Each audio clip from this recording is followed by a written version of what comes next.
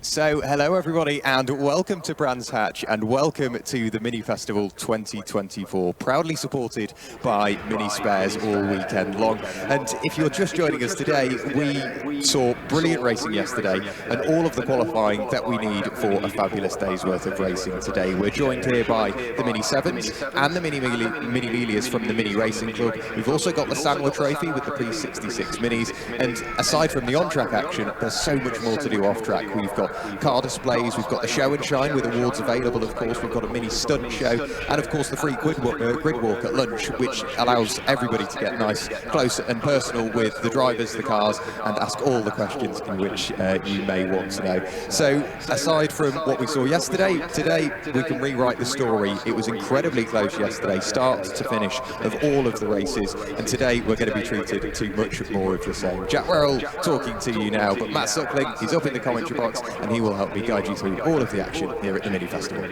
Thanks, Jack. Yep, good morning everyone. Welcome along to Brands Hatch for this Mini Festival for 2024. It's going to be an action-packed day, as we said, on circuit and also off the circuit as well. And we're going to cram in as much entertainment as we possibly can for you here at the Indy circuit. So very shortly we'll be looking forward to our first race, which comes from the Mini Miglias. They'll be looking forward to their second track action in terms of a race this weekend. They've got 3 races in total, so it gives us plenty of entertainment out there. So the Mini Miglias are going to be the first ones to kick us off. Those cars already assembling down there in the assembly area. So temperature rises across the course of the day. Let's run you through how the grid lines up then for this first Dunlop Mini Challenge race, supported by Mini Spares for the Miglias. It goes off the results of what's going to be yesterday with a little bit of a reversal as well. So we'll see number 23 on pole position, which is Rupert Death, alongside number 12, which is Endarth Owen.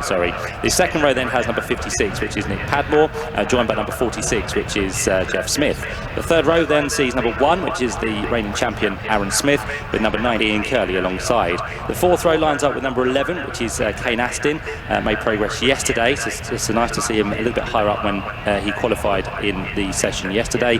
49 Martin Wager is then on the outside. The fifth row will have number 5 Phil Bullen Brown, joined by number 78, which is Scott Kendall. The sixth row will be headed by number 8, which is Colin Peacock, and number 64 Alex Osborne. The seventh row, number 29 is Damien Harrington, and 86, which is Nick Paddy. The eighth row, 89 Sean King, and 84 Ryan Taylor. The ninth row, number 76 Joe Polly, with 24 Steve Yule. The 10th row, number 37 will be James Cuthbertson, and 99 Mark Cowan. The 11th row, number 44 is Elliot Stafford, and number 20 Mark Sims. And the final row of what's going to be the Miglias will be that of number 53 and Jodie Leeds, and 91 Thorpen Astin. Then we have the other class, which is the Libras. There are 6 of those towards the rear, and they are headed by number 474, which is Josh Evans, 126 Peter Hills alongside. The second row of that grid is 595 Julian Proctor, and 133, which is Les Stanton. And the final row of the grid is going to be number 113, Phil Harvey, and 969, which is Steve Trent. So a really good entry as expected for this meeting. It's been a great year in terms of this season in the championship and also the racing. And I think, Jack, this one is going to be no different whatsoever. Yeah, it's forever a question that will remain unanswered in mini racing in all walks of life. Who's going to win? You simply cannot guess because there's so many names that you could throw in the mix that you simply don't really have a solid answer. I mean, Kane Astin, it's nice to see, as you say, him climbing up through the order yesterday, starting 7th today on the inside of the 4th row of the grid in the grey and day-glow yellow machine. But also don't rule out the Smiths, because I think Jeff and Aaron Smith started to compromise each other a little bit yesterday whilst they were fighting away. Rupert Death, he had a fabulous race as well. It's anyone's guess who's going to win this race. It is, yep. So choose your favourites, see if they can come out on top at the end of this 20 minutes of racing. The sevens, which we have now, of course, in this current era, hark back to the late 1960s and the early 1970s, where we had the slightly more powerful Mini Miglias. These days, we have the original 998cc machines with what's going to be a 1.3 litre engine within the cars. So they do pack a very mean punch with these very small cars, but they do give us some great speeds across the course of these races. They go to 0 to 60 in about 4.5 seconds. Top speed might just reach them here at Brands Hatch, 125 miles per hour. So they are quick little things. And we mentioned the Libras as well. They'll be off the back of the grid.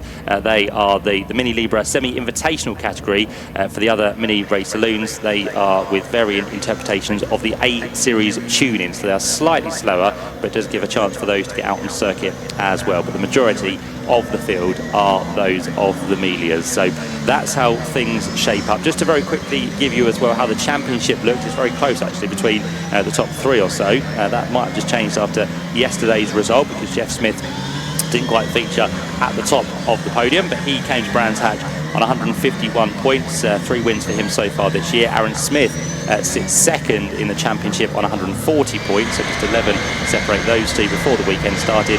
And Kane Astin is the one who needs to do better really, especially coming here third in the championship. He's had just the 1 win so far this year, 124 points, but really needs something to kind of work his way in, especially this second race of the weekend. Yeah, absolutely. He's going to be looking for something here, and what he can do about just clawing back of yesterday's shortfall. Rupert Deep, he's putting himself on the back foot, really, because on this green flag warming up lap, he effectively dictates the pace. There is a sort of a minimum and a maximum pace recommended. But what he's doing, he's come round so quickly. The final of the Libras is just leaving Graham Hill Bend. Rupert Deep is almost in position, on pole position. So all of that temperature that he's worked so hard to get into the tyres and into the brakes is all going to be dissipating whilst he's sat there stationary on the grid. So give it a minute and Rupert Deep might be there or thereabouts. But I think on the first lap, that car might be slightly recalcitrant to do exactly what he wants it to do. And it's clearly quite hot out there because Nick Padmore, he's got his door already open before he's effectively stationary on the grid. That's how warm it is in some of the cars. So it's going to be a close, hard-fought race, and we don't just get to do it once today, we get to do it twice with the Mini Miglias. We've still got 2 more races to come from the Mini 7s as well. What a way to kick off today's racing. Certainly is, yep. So yesterday's winner, Nick Padmore, starts there on the second row of the grid. He is in that white, blue and a slight hint of green.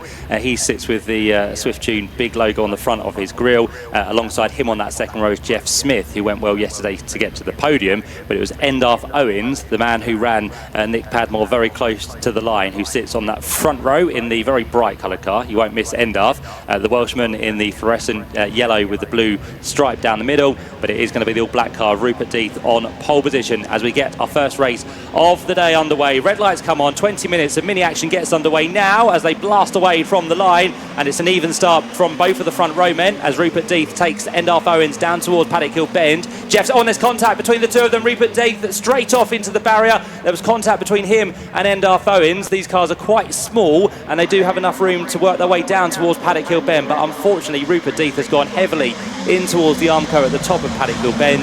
You can see the tyre marks which have led to where his car has ended up, and Endarth Owens has found himself down in the pack as well after that incident. Yeah, Rupert Deeth out of the car and walking away unaided, so that's the best news that we've got out of that one. So it's good to see Rupert Deeth out of the car. Jeff Smith in turn has taken the lead of this race. Ian Curley is sat there in second place and giving chase. However, he's separating the two Smiths because he's got Aaron Smith all over his tail, really starting to close in on those cars up the road. Nick Padmore there, Kane Astin there, and we said pack racing is mini racing at the moment. Those top 5 are in their own little pack and desperately trying to work away from everybody else that's giving chase. But first time over the line and through, the yellow flag's being seen by everybody, so it'll be very much line astern on the run in towards turn 1. But Jeff Smith, he's absolutely nailed that start. So too has Kane Astin, up a couple of places. He's right in the mix, isn't he? He certainly is, yeah. So Jeff Smith, of course, benefited from that incident between Endarth and Rupert.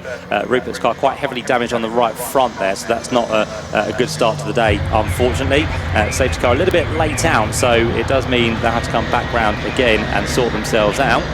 And we've had another car off actually over there on the run from Druids, the 44 machine of Elliot Stafford, who was in the wars yesterday.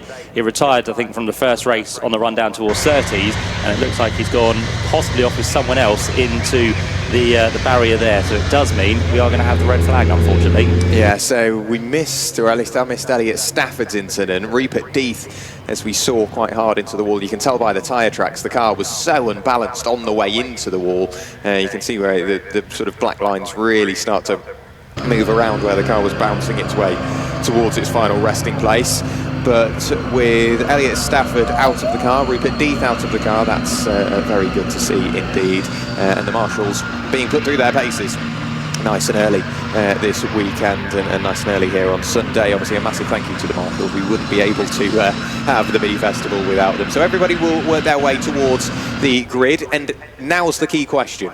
Because they've already gone through and completed a lap before the red flag was shown, will they remain in the order in which they were? Or will it be shuffled back to effectively the starting order, less who we've lost?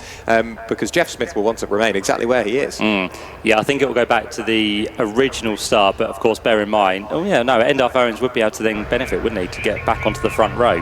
That incident on the exit of Druids in fact involves 3 cars, so Elliot Stafford, Mark Sims and also Thorburn Aston are all in there. Those 3 cars are quite low. They can't be seen from us from the commentary box, so the only view we do get is from the stream and the CCTV cameras, so apologies for missing that, but we now can see those 3 cars over there with, again, how that has happened, probably 3 into 1 hasn't really worked, and there's probably been contact between all 3 of them, with someone maybe being on the outside and just being squeezed. So it does happen. It kind of gets to a pinch point on the exit of Druids as well, where the barrier starts to bring itself back to the circuit, and it looks like we are going to go for an original start here. So the car's already been lined up, and I think that's just for the easiness for the marshals, isn't it? Because for them to get a new grid would take time, so it's best to go back to the original start, and it will mean that Endalf Owens will be the big beneficiary here, because he had that contact with Rupert Death towards Paddock Hill Bend. He will now benefit by going back on to the front row. Yeah, down to 15th place on that first lap, so he'll be shuffled right away up back towards what will effectively be pole position, I would imagine, although he's being shuffled, yes, right away along the pit wall. He's having to carve his way through the order as best as possible, which he's doing with surgical precision, gets his way towards that front row. But don't be alarmed by the medical staff being on the scene of the 3-car accident on the exit of Druids. It is always out as a precaution. It doesn't mean anything's wrong, it's just there as a precaution, with what I can see, all 3 drivers out of the car, helmets off, chatting away, probably trying to figure out exactly how much this may cost. And Endalf Owens, that's a unique take to, I mean, there's building your own car and repairing your own car, but doing it on the grid. Endalf Owens, man of all trades, clearly. He certainly is, isn't he? He's always one who gets right stuck into his car and just checking to see what's under the bonnet. That we know there's an engine, but just wondering if there's something else that's possibly wrong with that car. But Endalf Owens very quickly out of that car to check under the bonnet. He'll now pin it all back down under the Owens Motorsport livery and just check and see if there's possibly any damage. Just pulls the arch off of the right front wheel, and it's one of those things as well, between the 2 of them as they headed in towards Paddock Hill Bend, there might have just been one that moved across slightly, and of course with these cars having quite big wheel arches and also the wheels that stick out from the car, it does just mean that sometimes they do just get into contact with each other. So Endalf now just possibly go into the mechanics to try and see if he can get something. Also having a quick word with Nick Padmore, who sits behind him, maybe getting his thoughts on what happened down towards Paddock Hill Bend. But for now, Endalf Owens, as we said, is the man who benefits back onto the front row of the grid. Just looking at Elliot Stafford's car as well, the one that was off over there at Druids, that was quite smoky inside the car. So I'm just wondering if maybe the extinguisher has gone off, or possibly there was the use of the extinguisher needed there, but it was quite smoky when the door did come open on Elliot's car. But as we said, all of the drivers out okay, and as a precaution they will be just taken away to the medical centre just to see if there was a heavy impact there. They might just need to be checked over, but the thing for this is they will not be able to take the restart, and it seems like there's a bit of a moment to try and move these cars. They are light, they are quite nimble, but they are just struggling to be moved at the minute, especially Mark Sims and also Thorburn Aston's car, who is heavily up against the tyre barrier. Yeah, Peter Hill's getting a bit of attention from the marshals and the scrutineers as well, so potentially he was involved with something there on the opening lap. You can see down on the grid he's on the penultimate row, and the 126 machine, he's just chatting away with the marshals. He jumped out. Nick Padmore's jumped out of his car as well on the 2nd row of the grid, and he's chatting away to his team. So too is Endalf Owens. Yeah, he's chatting away to the scrutineer as well. And of course, that is the main thing, making sure that if you have been involved in it in a little knock, no matter how small, when you have the opportunity, chat to a scrutineer, chat to a marshal, to a mechanic, or have a look yourself. Make sure that there's no bits of bodywork that might come astray or anything like that. So fairly sportsmanlike, I would have to say, from both of those two, getting out and having a proper look at their cars and making sure they are safe and well to go racing. And Endaf Owens and Nick Padmore back in the depths of conversation before we get this race restarted. So a little bit of work to be done out on circuit, as we've got 4 cars to be retrieved. I can see Rupert Deeth's car is already on the back of a low loader, and dependent on the sort of severity of potentially any damage on the cars on the exit of Druids, they may all need low loading, and you can't just do sort of a straight tow back, which may be an issue because we can be limited by numbers of flatbeds. Yeah, that's right, especially with 4 cars. We probably only have maybe 3 flatbeds available, if that, by the looks of it. So we're just waiting to see what needs to be done. And again, these cars being quite low to the ground, they're not the easiest in terms of to get onto a flatbed. We did say they're quite light and nimble, but it does just take a work to get them up onto that flatbed. And I think we're going to have the telehandler also come into effect from Druid, and Endaf Owens has been ushered off the grid. Now, whether that is due to a problem or whether due to that contact with Rupert Deeth, not too sure, but the car has been pulled into the little gap we have at the kind of end of the gantry. So Endaf Owens is now not going to be on the front row of the grid by the looks of it. So it opens up completely for the 2 behind. So Nick Padmore and Jeff Smith effectively on the front row, although they will start from the 2nd row of the grid. Yeah, so Endaf Owens chatting away to the marshal and his mechanic. Rupert Deeth's car being sort of pulled onto the back of the low loader. He's wandering around and probably wondering how quickly they can get the car off the back of the trackside recovery unit and brought to the paddock, and making use of his proudly supported championship with Mini Spares. If you can chat to Mini Spares, I'm sure they have a few parts for him to get that car back out and running later on today. With the grid being changed and a couple of drivers missing, the grid should look like this. On the front row, but I'd imagine it will line up on the 2nd row, it'll be Jeff Smith, or it will be Nick Padmore effectively on pole position with Jeff Smith alongside, then Aaron Smith and Ian Curley on row 2. Row 3 would be Martin Wager and Kane Astin. Then it will be Phil Bullen-Brown and Scott Kendall. It will then be Colin Peacock and Alex Osborne, followed then by Damien Harrington and Nick Paddy. Sean King lines up alongside Ryan Taylor before we get to Joe Polly and Steve Yule. And it will be Max Cuthbertson and Mark Cohen. Elliot Stafford, unfortunately, no longer on row 11. Neither is Mark Sims.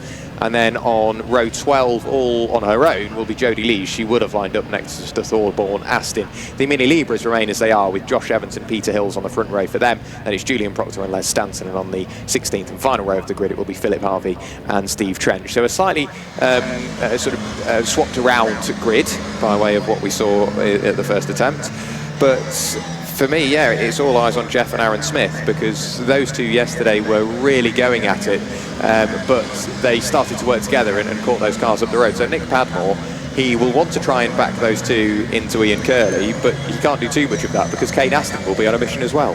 Yeah, they're all going to be quick, aren't they, towards the front of the field, so we'll see how it all plays out. Just looking down at Thorburn Astin's car, which has now been brought into the exit of the pit lane.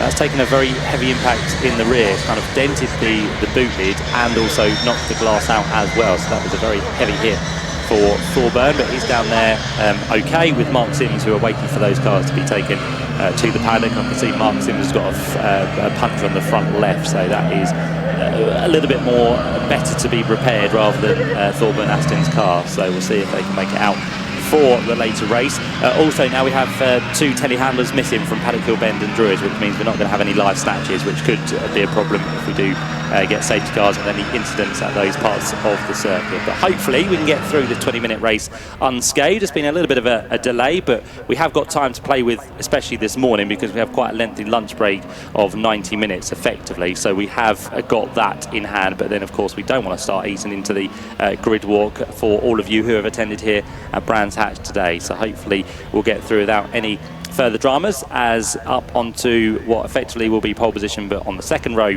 is Nick Padmore. Door still open, by the way, on Nick's car, so he's going to leave it till the last possible minute to shut that door, with Jeff Smith now coming into position alongside. I did also notice, didn't catch this at the start of the initial race, but Phil Harvey and Steve Trench are both missing from the back of the Libras, so we only have the 4 there for this race, so I'm not too sure what the issue is for Phil Harvey and Steve Trent, but they are both missing. So we have 4 towards the rear. They are now hopefully into their correct positions, which they find now, and then the green flag will wave from the marshal towards the rear. So we're good to go. It's going to be the full complement of 20 minutes. We're not going to cut this race short whatsoever. Red light's on. It'll be a short hold. They go out now, and Nick Padmore a little bit wiggly away from the line, doesn't get the traction he needs, so already down to 3rd, maybe 4th place, as what's going to be Aaron Smith tries to come to the outside of him, but it will be Jeff Smith that leads the pack down towards Paddock Hill Bend in this restart. But trying to cut back to the inside is going to be Ian Curley, the 98 and 99 champion, and towards the outside goes last year's champion Aaron Smith to make it 3 wide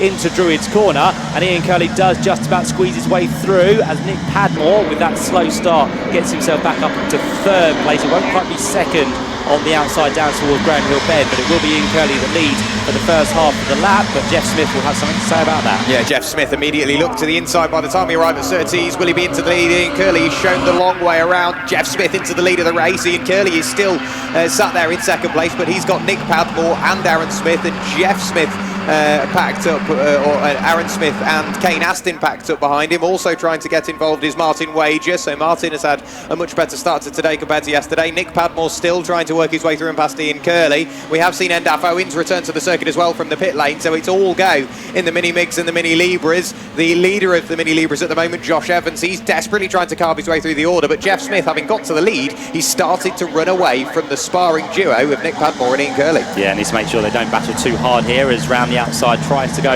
Ian Curley on Nick Padmore. He'll have the inside line for the next corner, so that's going to be beneficial for him, but he won't have then the acceleration out the corner, which could bring Nick Padmore back into the mix to get up into 2nd place. We've still got Aaron Smith and Kane Astin lurking behind in what's going to be 4th and 5th position as they turn away through Surtees. Curley holds on, and Aaron Smith thinks about the outside line in towards McLaren, but then leaves the door wide open for Kane Astin to come through. So much better run for Kane today. He might be on the fringes of the podium, but can he get there before the end of the race? Well, there's still 18 minutes to go, so plenty of time, but he is a little bit slow on his own there as Aaron Smith goes for a wider line. Then he falters down towards Paddock Hill Bend, and Kane Astin in that grey and fluorescent yellow machine does hold on to 4th place. He does indeed. Right the way up onto 2 wheels there was Martin Wager. He's under big pressure from Phil Bull and Brown as they head up towards Druid's corner, but it's all 2 by 2 at the top end of the order. Ian Curley still under big pressure from Ian Padmore. They're side by side, or from Nick Padmore, pardon me,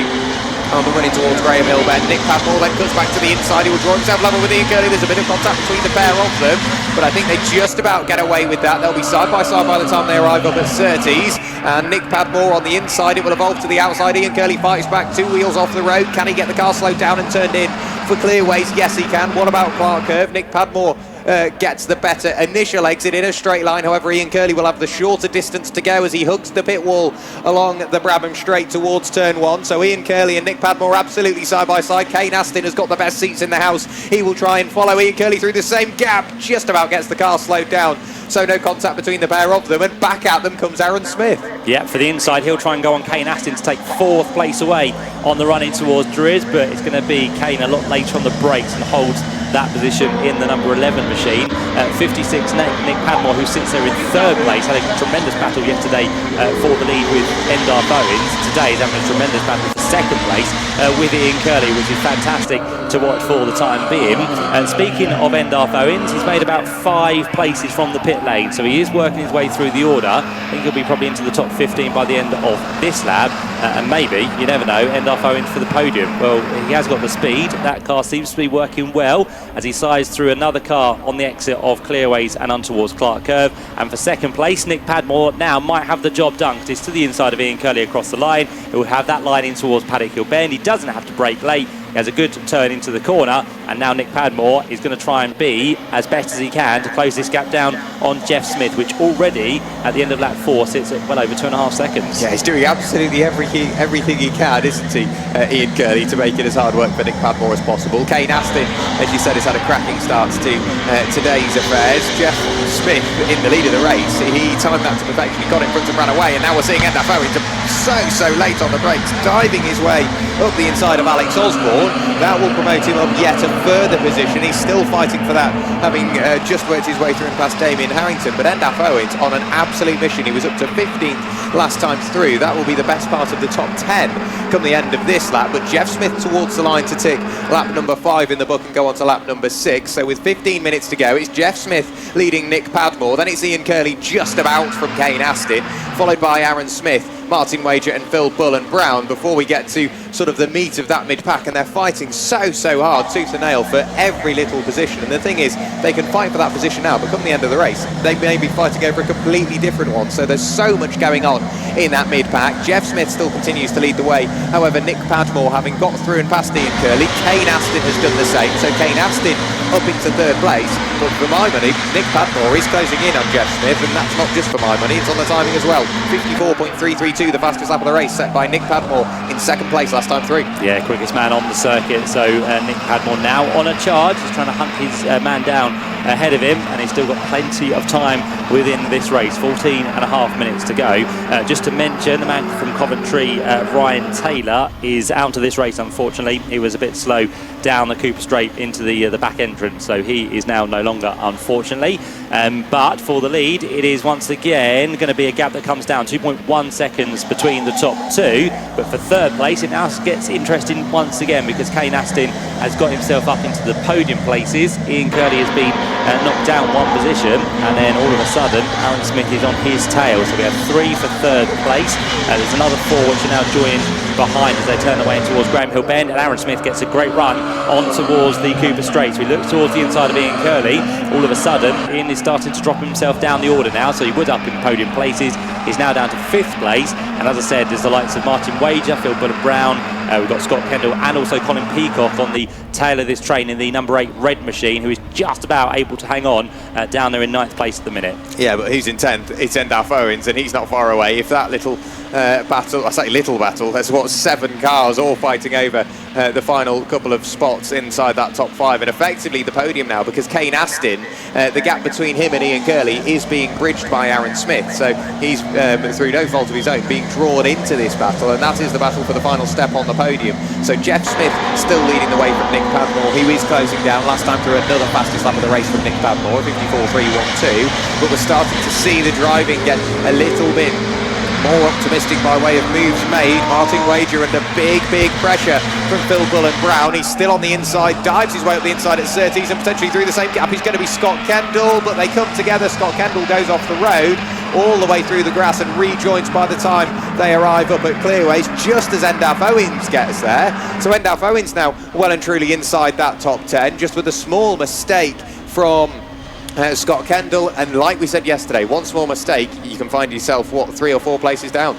You can, and just looking at the stream we have as well, that car was bouncing across the grass, and it just shows how light they are, because it was off on 4 wheels there. So as he tried to rejoin, Scott Kendall had a bit of a roller coaster ride, but he does get back onto the circuit. A few places lost for him. Enda Owens is again the man who benefits from that and continues to carve into the gap up the road. So Enda Owens, he will love seeing all those cars ahead of him fight, battle and hold each other up, because it makes the task a little bit easier for that number 12 machine. So Enda Owens is definitely on his way. He's there at the minute in what's going to be 9th position now. He's only about 7 seconds off the race lead. So again, if Jeff Smith and Nick Padmore bring themselves together, start fighting, hold each other up, it won't be as big a gap for Enda Owens to close down. And all of a sudden, Nick Padmore is now with the race leader Jeff Smith. 1.2 seconds last time through, just over half a second on this occasion, and Ian Curley further back is now fighting his way ahead of Aaron Smith once again. So back for now into 4th place, but Aaron Smith, I'm sure again, will retaliate on the run through Druids and down towards Graham Hill Bend. Yeah, Aaron Smith desperate to work his way back in front of Ian Curley now those two have swapped around. Don't rule out the battle for the Mini Libra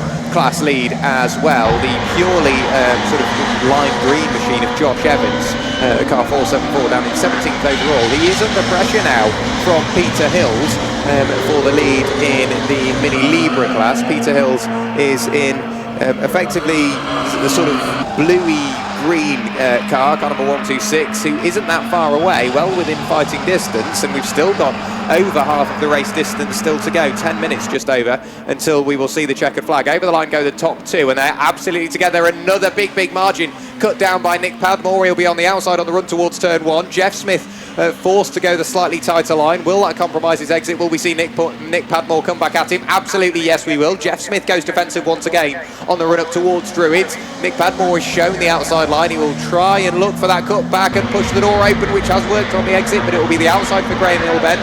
It'll be last of the late breakers, or will it? Because Nick Padmore's so sort of optimistic that he can get the car back across Jeff Smith. That is a brilliant battle for the race lead. Ian Curley has got back in front of Kane Astin. Do we think it was maybe tyres? Because Ian Curley seemed to drop back, and all of a sudden this second wind, it's doing him all right, isn't it? Yeah, he's got back into his stride, hasn't he, which is good to see.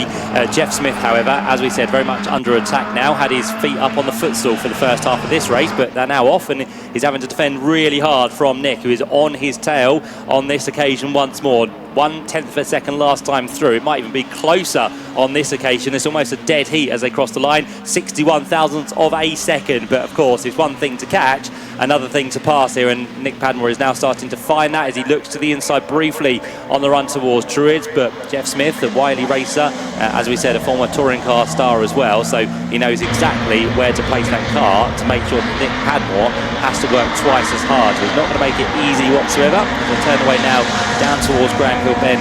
Those two still fighting for the race lead. Third place Ian Curley, fourth place Kane Astin, and fifth place at the minute the number 5 machine, which is making progress now. So Phil Bullen-Brown, another man who's starting to work his way towards the front. Yeah, Phil Bullen-Brown has controlled this race perfectly. If anything, what we saw happen to Jeff Smith is now happening to Aaron Smith as he's starting, what we saw happen to Ian Curley, apologies, is happening to Aaron Smith. He's slowly starting to drop down. Over the line, Nick Padmore in the lead of the race. So those two have swapped around. Jeff Smith still starting to give chase.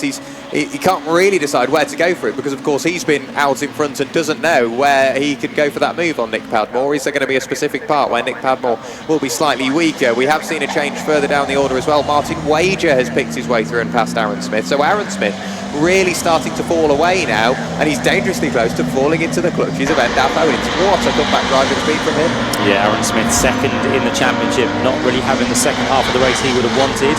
Next one possibly to make his way through will be Colin Peacock, and then guess what? Endaf Owens is going to be right on his tail as well. So Endaf has made his way through nicely, hasn't made too much progress in terms of places over the last few laps, but now that he's caught this group ahead of him, he'll be looking to make a move on Colin Peacock, which he does in towards the right-hander of McLaren, and that will be job done for Endaf Owens. So up another place at the end of what's going to be lap number 13, but for what's going to be third place, there's a still good battle going on between Ian Curley and Kane Astin, but Endaf Owens now with a little bit of help from the car behind Colin Peacock might be able to make the move on Aaron Smith, which he does very late on the brakes in towards Paddock Hill Bend. That seemed very easy indeed for Endaf Owens, but we know he's revved up. We know he might have the red mist in front of him as well after being kind of ushered off the grid after that red flag. But as we said, Endaf Owens, I think, could be one for the podium here.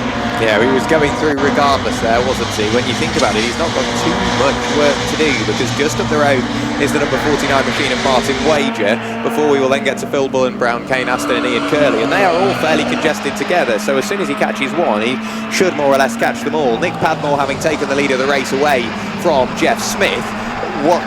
What we were expecting to happen is Jeff Smith immediately try and fight back and apply that pressure. He's still got 7 minutes in which to do so, but Jeff Smith, he's not exactly in the best position to try and mount a challenge as of yet. Kane Astin and Ian Curley still fighting away. Kane Astin looks to the outside and the inside of Ian Curley on the running towards turn 1. Colin Peacock so late on the brakes up the inside of Aaron Smith and parks the car on the apex, which leaves Aaron Smith very little by way of a cutback.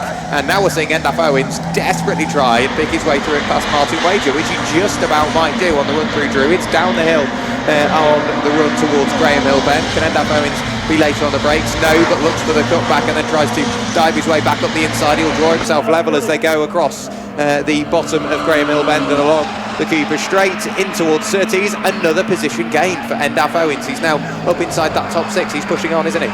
Certainly is, yeah, and he is now just one place away from getting himself onto the bag of what's going to be Ian Curley and Kane Astin. For Aaron Smith, he has really started to falter in this race now. He's going to be on equal to his worst finish performance of the season. He has had a non-finish this year, but this will be the worst equal performance of his worst result. So this is not too good for Aaron, unfortunately, as the leaders work their way up towards Druids.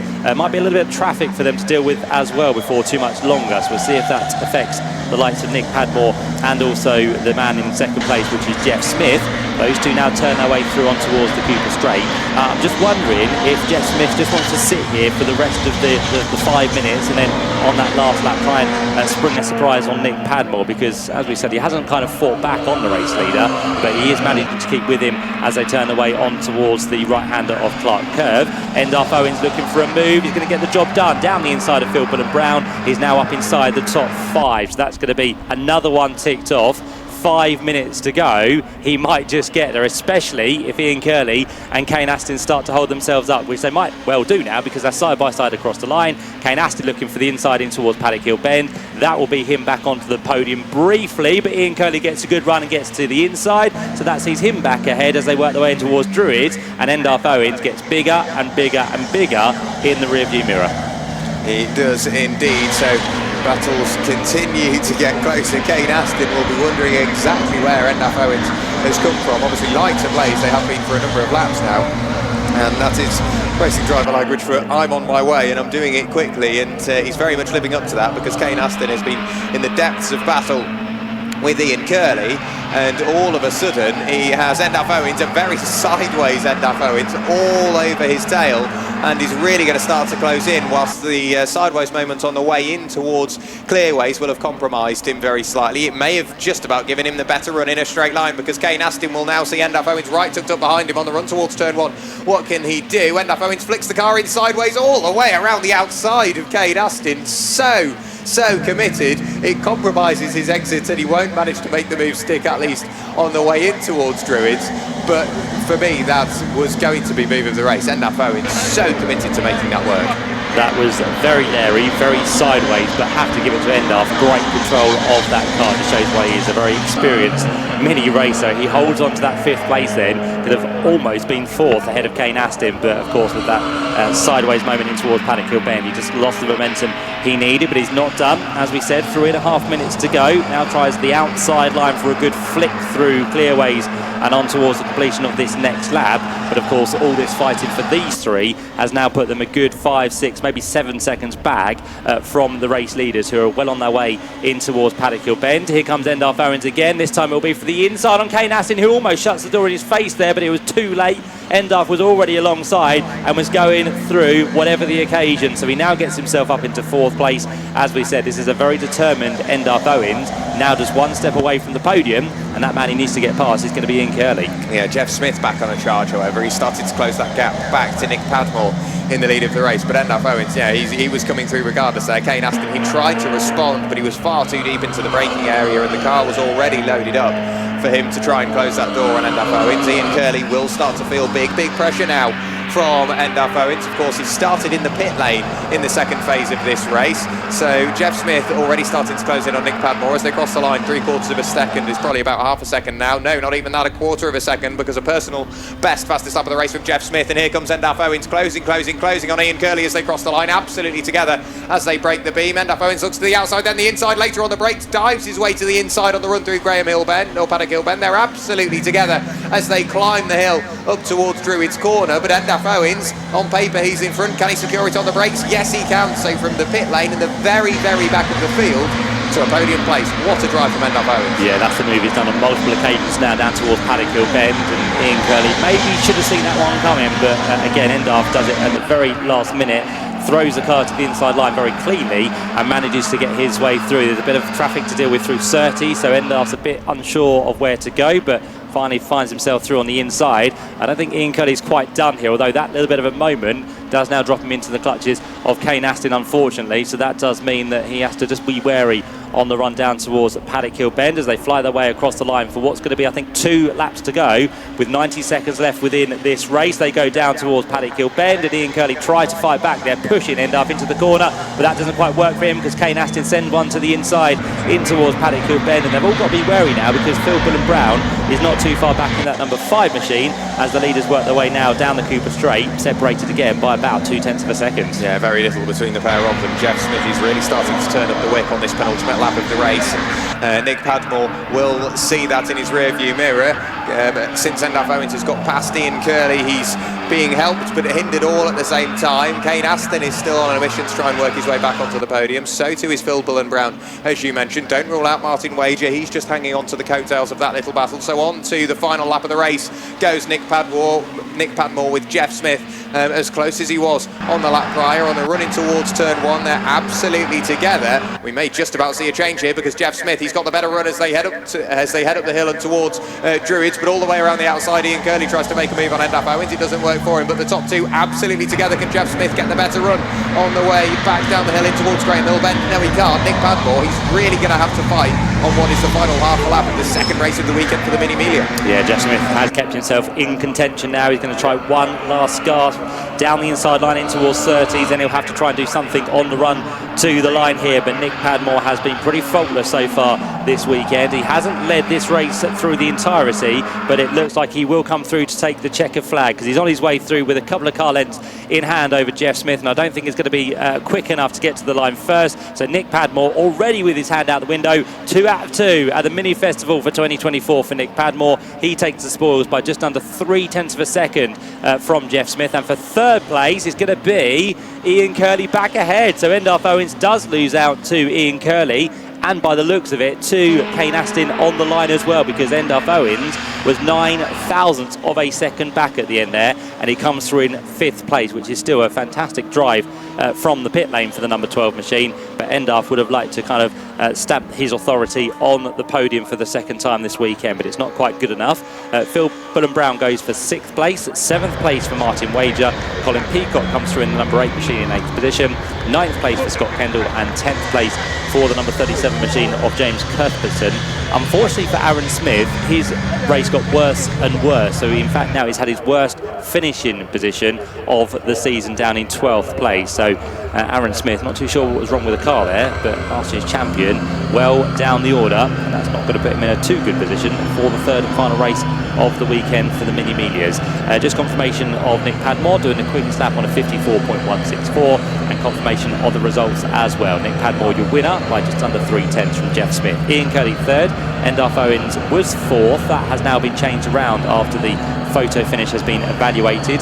Kane Aston goes for 5th, Phil Bullen-Brown for 6th, Martin Wager, Colin Peacock, Scott Kendall with James Cuthbertson, Damien Harrington, and then behind that Aaron Smith with Joe Polly, Sean King, Alex Osborne your top 15, Nick Paddy, Josh Evans the winner of the Libras with Peter Hills and Mark Cohen the final ones on the lead lap, with Les Stanton and Julian Proctor dropping a lap down towards the end of the race. So thrilling stuff as predicted from the Dunlop Mini Challenge, supported by Mini Spares for the Miglias. We'll have them out a little bit later on for the third and final race of the weekend, but for now all the cars making their way into the pit lane ready to celebrate, I'm sure in style, because all the drivers out there had a fantastic race. Unfortunately for those that didn't get any further than that first lap, but the initial first lap we had before the red flag, those cars will now, as I said, be out there in the paddock somewhere looking to get those cars repaired for the later race. I think some of them have sustained significant damage, not to be back out later on, but for those with just some punctures and some bodywork damage, we look forward to seeing them out there for their last race just after 3 o'clock this afternoon. So we'll go through the Mini Miglia podium as those are the drivers that we've got here. So in reverse order, in 3rd place, car number 98, it's Ian Curley. Congratulations, Ian, on to the podium. He will go 2nd place in the second race of the weekend for the Mini Miglia. Car number 46 is Jeff Smith. Congratulations, Jeff, onto the 2nd step of the podium and onto the top step. It was hard work, he made it work. Car number 56, Nick Padmore. So Nick Padmore onto the top step of the podium and making it 2 podiums from 2 so far for him this weekend. So too is Jeff Smith. So the pair of those two onto the top step of the podium. Alan Jackson from the Mini 7 Racing Club joining them on the podium as well. The trophy is very unique indeed, by way of there being a lump of marble and then a corgi model on top of the cars as well. So as the Mini Miglia drivers will jump their way off the podium in a few seconds' time, we will get the podium redressed, and we will be able to get the second podium underway in just a few seconds' time. It will be the Mini Libras that we will get onto the podium. So just as the media get their photos, you should be able to just get the podium redressed in time. So as the Mini Miglia drivers jump their way off the podium, we can redress the podium ready for the Mini Libras, which they will do now. We'll bring them on in reverse order. In third place in the Mini Libras, car number 133, it's Les Stanton. So Les Stanton onto the podium for the third place in the Mini Libras. In second place in Mini Libras, car number 126 is Peter Hills. Congratulations, Peter, onto the second step of the podium. And making it 2 wins from 2 in the Mini Libras, car number 474, Josh Evans. Congratulations, Josh. Justin Jeffries, MD of Mini Spares, providing the trophies, shake of the hand for all of the drivers. And it just allows the media time to get all of their photos, and that should round up the podium for the Mini Miglias race 2. So in the meantime, Matt, back up to you, ready for the start of the fastest Mini in the world.